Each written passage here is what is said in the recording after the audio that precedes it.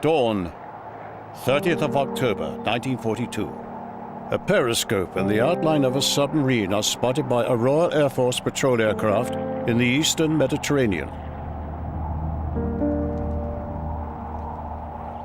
This sighting will be a vital turning point at Bletchley Park.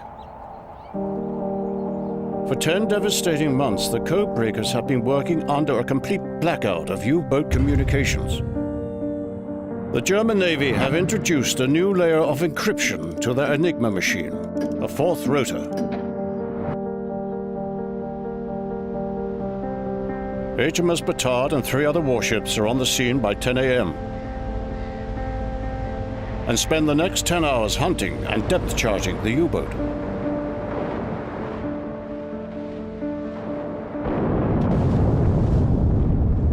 Night has fallen when the submarine is finally forced to surface after sustaining serious damage. Chaotic scenes unfold as the enemy crew start to abandon ship.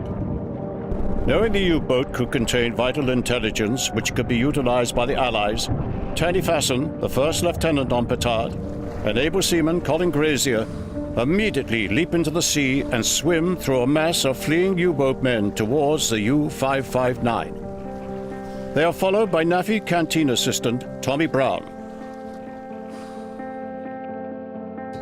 Cold and wet, Fasson and Grazier board the submarine, climbing down the conning tower into the blackness below.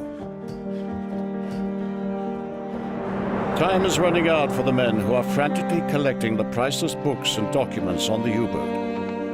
Whilst the U-boat is gradually filling with water, the 2 men hand various Enigma treasures to Brown, who, after exploring the engine and control room, has positioned himself on the U-boat's conning tower. "Abandon ship!" Brown screams, and plunges into the dark waters to be rescued by the boat crew.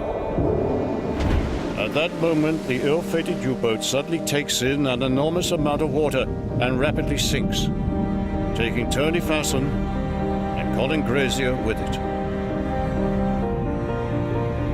The bodies of Fasson and Grazier were never recovered.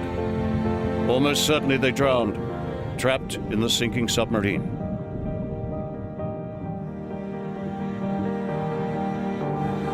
The demand for intelligence was never more closely linked to individual sacrifice, but the 2 men did not die in vain. Just 3 weeks later, the documents taken from the U-559, including the U-boat's short signal and weather signal codebooks, arrived at Bletchley Park. This pinch provided Bletchley Park codebreakers with a priceless tool to help break the 4-rotor Enigma.